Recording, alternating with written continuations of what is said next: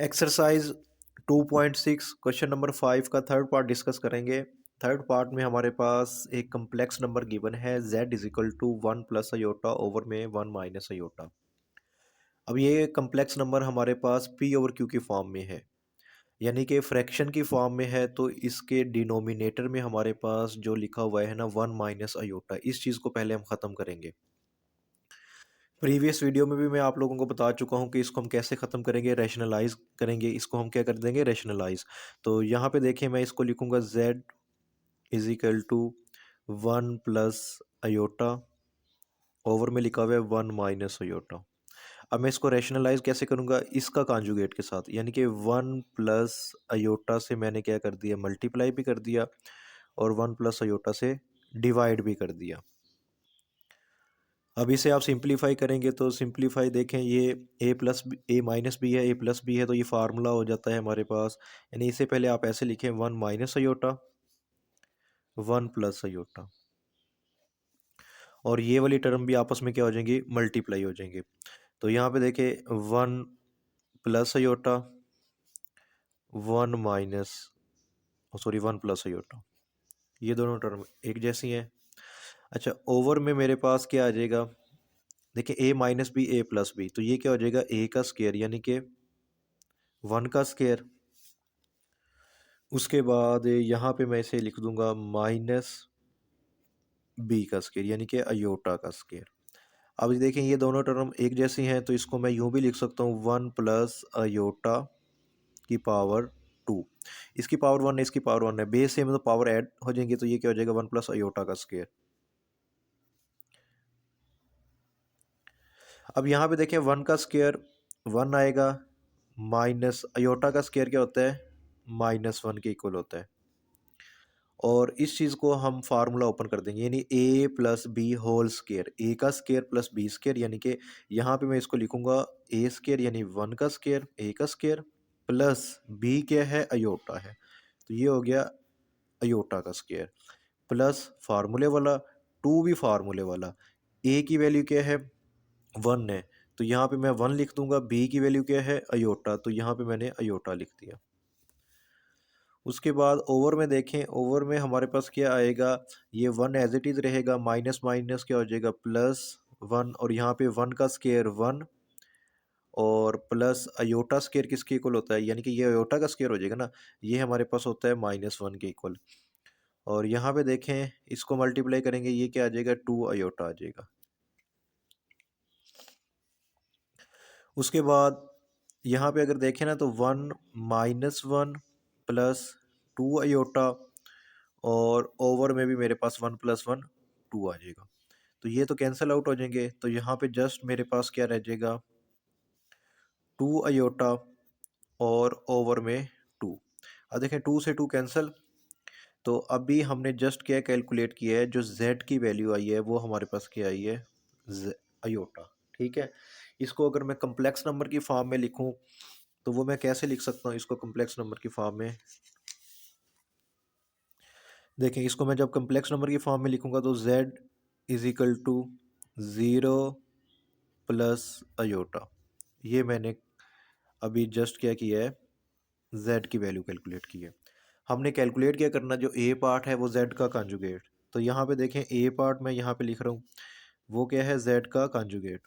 अब देखिए z का कॉन्जुगेट कैसे लेंगे, ये 0 प्लस अयोटा, इसका मैंने क्या ले लिया कॉन्जुगेट, तो ये क्या आ जाएगा, z का कॉन्जुगेट जस्ट मेरे पास आ जाएगा 0 माइनस अयोटा, ये z का कॉन्जुगेट कैलकुलेट कर लिए। अच्छा, उसके बाद जो इसका b पार्ट है, बी पार्ट में वो क्या कहता होता है, वो कहता है आपने कैलकुलेट करना है z प्लस z का कॉन्जुगेट।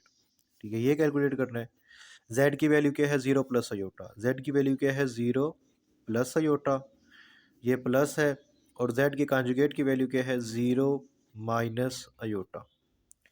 ठीक हो गया, तो यहाँ पे ये सारी टर्म आपस में ये भी क्या हो जाएगी, कैंसिल आउट हो जाएंगी, तो ये वैल्यू हमारे पास क्या आ जाएगी, 0 आ जाएगी, यानी कि z प्लस z का कॉन्जुगेट।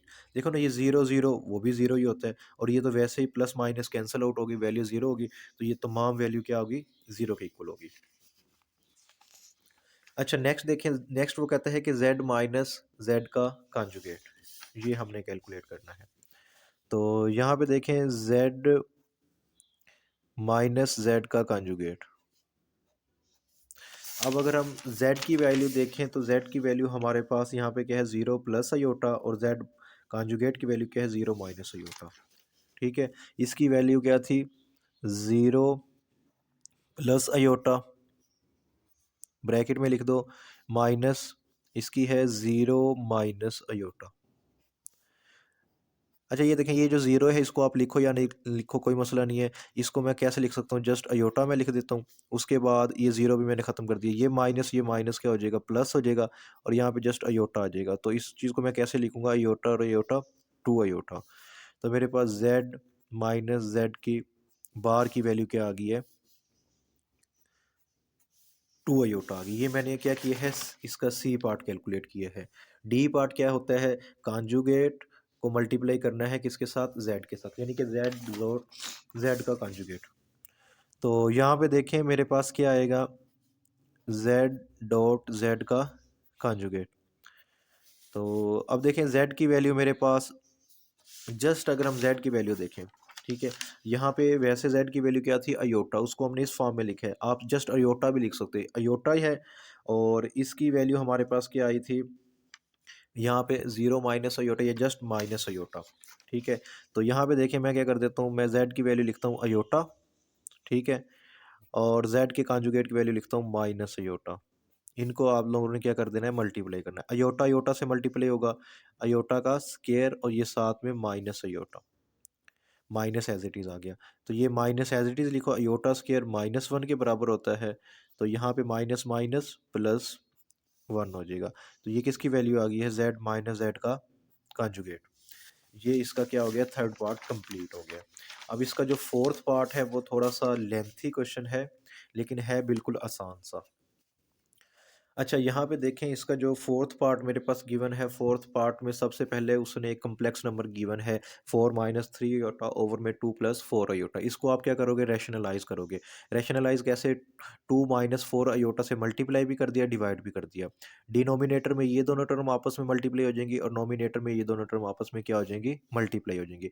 इन दोनों को मल्टीप्लाई कैसे करते हैं, प्रीवियस वीडियो में बता चुका हूँ। तो इस तरह मल्टीप्लाई करना है, ये a प्लस बी है, a माइनस बी है, ये हो गया a का स्क्वायर माइनस b का स्क्वायर। इसको सिंपलीफाई करोगे ये चीज़ आ जाएगी, इनको मल्टीप्लाई करोगे, सिंपलीफाई करने के बाद हमारे पास यहाँ पे कुछ इस फॉर्म में आ गया। इसको आप सिंपलीफाई किया तो -4 -22 अयोटा ओवर में 20। अब इनका आपने नोमिनेटर डिनोमिनेटर अलग कर दो, उसके बाद इसको आपने डिवाइड कर देना, 4 × 1 = 4, 4 × 5 = ठीक है 20। तो इसी तरह 2 × 1 = 2, 2 × 1 = 2, यानी 2 × 11 = 22 होता है, 2 × 10 = 20। तो इसको मैंने जब 2 पे डिवाइड किया, इन दोनों, इनको 2 से डिवाइड किया, इनको मैंने क्या कर दिया, 4 से डिवाइड किया, तो ये चीज़ आ गई। तो ये अभी मैंने क्या किया है, जस्ट जो z था ना, उसको मैंने जस्ट कैलकुलेट किया है। अब इसका क्या लेना है, कॉन्जुगेट लेना है। क्या लेना है, कॉन्जुगेट। तो जब बोथ साइड पे मैंने बार अप्लाई कर दी, तो ये वाली टर्म एज इट इज़ रहेगी, जिसके साथ अयोटा होता है वो उसका साइन चेंज हो जाता है। तो ये क्या हो जाएगा, +11/10 अयोटा। तो ये मैंने इसका अभी जस्ट ए पार्ट कैलकुलेट किया है। उसके बाद इसका जो बी पार्ट है, उसमें वो क्या कहता है, z और z के कॉन्जुगेट को आपने क्या करना है, ऐड करना है। तो ये मैंने z की वैल्यू लिख दी है, और ये इसकी क्या आ गई, कॉन्जुगेट की वैल्यू आ गई। इन दोनों को क्या करना है, सम अप करना है। ये वैल्यू एज इट इज़ आ जाएगी, ये प्लस माइनस माइनस, और ये प्लस प्लस वैल्यू ये एज इट इज़। इन दोनों को आप सिंप्लीफाई कर दें, तो यहाँ पे क्या होगा हमारे पास, ये वाली जो टर्म है, ठीक है, ये टर्म और ये टर्म कैंसिल आउट हो जाएगी। तो ये -1/5 -1/5, इन दोनों को आपने, इन दोनों का एलसीएम लो तो 5 आएगा, माइनस माइनस -1 आ गया।